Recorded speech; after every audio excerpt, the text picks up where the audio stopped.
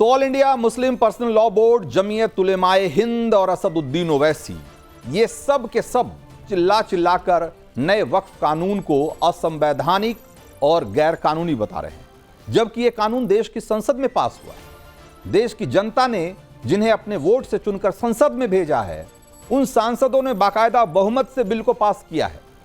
फिर भी इसके खिलाफ जिद है तो है, और इस जिद को पूरा करने के लिए कभी देश की हर सड़क को शाहीन बाग बना देने का दम भरा जा रहा है, तो दूसरी तरफ इस कानून के खिलाफ अदालत का दरवाजा खटखटाया जा रहा है। नए वक्फ कानून के खिलाफ सुप्रीम कोर्ट पहुंचने वालों की लिस्ट लंबी होती जा रही है, और अगर अभी तक देखिए तो कुल 9 लोग और कुल मिलाकर 9 लोग और संगठन अब तक सुप्रीम कोर्ट पहुंच चुके हैं।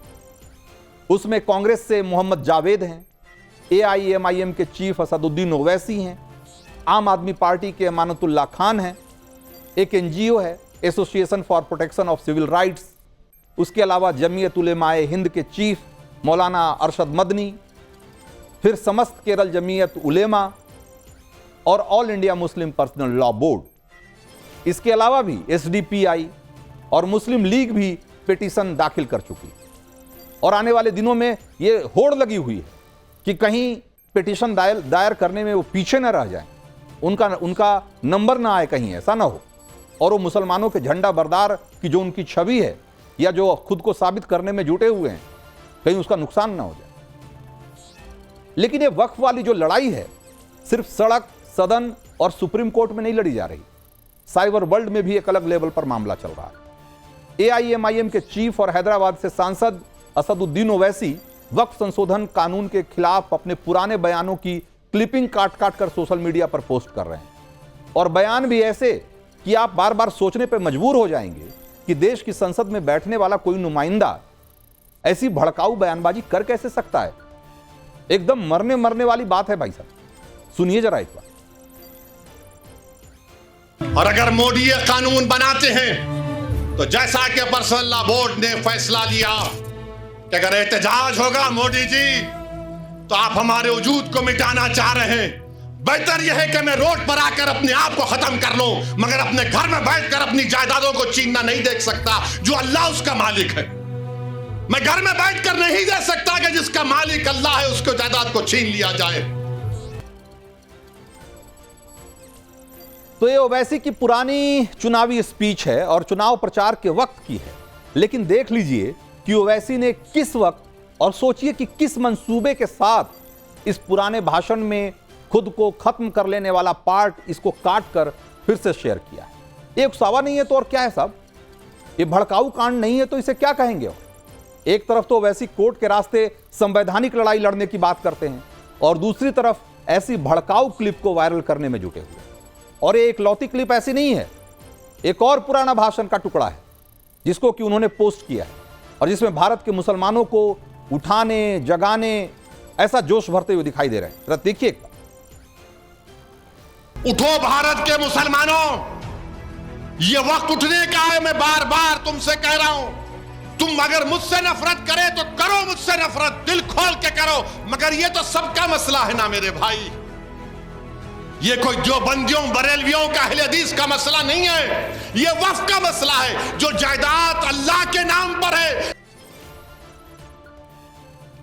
तो ये भी ओवैसी के पुराने भाषण का ही एक टुकड़ा है, लेकिन बड़ी चालाकी से ओवैसी ने इस भाषण के एक खास हिस्से को काटकर अभी शेयर किया। यहां वो मोदी सरकार के खिलाफ वक्फ वाली लड़ाई में मुसलमानों के सारे फिरकों, जमातों, मसलकों, सबको, जैसे कि देवबंदियों, बरेलवियों, सबको एकजुट करने का आह्वान कर रहे हैं, क्योंकि ओवैसी को पता चल चुका है कि सारे मुसलमान वक्फ कानून के खिलाफ नहीं है। इसमें से बड़ा नाम ऑल इंडिया मुस्लिम जमात के अध्यक्ष हैं मौलाना शहाबुद्दीन रजवी का। उन्होंने वक्फ कानून में बदलाव का पूरा समर्थन किया है। मौलाना शहाबुद्दीन रजवी बरेलवी मसलक से आते हैं, और जैसा कि आपको पता है कि बरेलवी मसलक हिंदुस्तान में सबसे बड़ी जमात है मुसलमानों की। ओवैसी तक मुजफ्फरनगर के बुढ़ाना विधानसभा क्षेत्र से सामने आई ये तस्वीरें भी पहुंची है, जहां सैकड़ों मुस्लिमों ने सिर्फ इसलिए समाजवादी पार्टी छोड़कर जयंत चौधरी के राष्ट्रीय लोक दल का दामन थाम लिया क्योंकि समाजवादी पार्टी ने वक्फ कानून में बदलाव का विरोध किया था। तो बरेली से मुजफ्फरनगर तक वक्फ कानून का साथ देने वाले मुसलमानों की लिस्ट लंबी होती जा रही है। इसीलिए ओवैसी इस्लाम का हवाला देकर, अल्लाह का हवाला देकर सभी मुसलमानों को उठ खड़े होने की अपील कर रहे हैं। लेकिन जरा यह भी याद कर लीजिए कि जब लोकसभा में वक्फ बिल पर बहस चल रही थी, तब इन्हीं ओवैसी जी ने दाऊदी बोहरा मुसलमानों को लेकर कितनी भद्दी बात कही। आपने तो उस प्रोवाइजो में दाऊदी बोहरा का नाम ही नहीं लिखा। आपने उनको भी थैंक यू कर दिया, उनका नाम क्यों नहीं लिखा आपने? और सर, और गवर्नमेंट क्या कर रही है? आप मुस्लिम समाज में जो बेकार किस्म के लोग हैं उनको एक रास्ता बना रहे हैं, एग्जिट दिखा रहे हैं कि तुम्हें वक्त से बचना है तो तुम ट्रस्ट बना लो। ये क्या कर रहे हैं सर आप? कम से कम उन दाऊदी बोहरा को आप दे देते।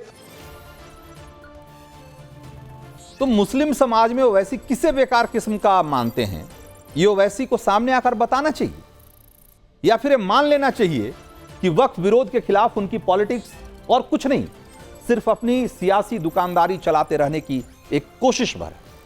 वक्फ कानून में मोदी सरकार ने जो बदलाव किया है उसे मुस्लिम नेता कैसे एक बड़े सियासी मौके के तौर पर देख रहे हैं, उसकी तस्वीर आज आपको जम्मू कश्मीर विधानसभा में भी से दिखाता हूं। यहां सत्ताधारी नेशनल कॉन्फ्रेंस के विधायक अड़े थे कि सदन में वक्फ संशोधन अधिनियम पर चर्चा होनी चाहिए। स्पीकर ने इजाजत नहीं दी। उसके बाद फिर क्या हुआ देखते देखते हंगामा शुरू हो गया और थोड़ी देर में हंगामा बवाल और हाथापाई तक में बदल गया।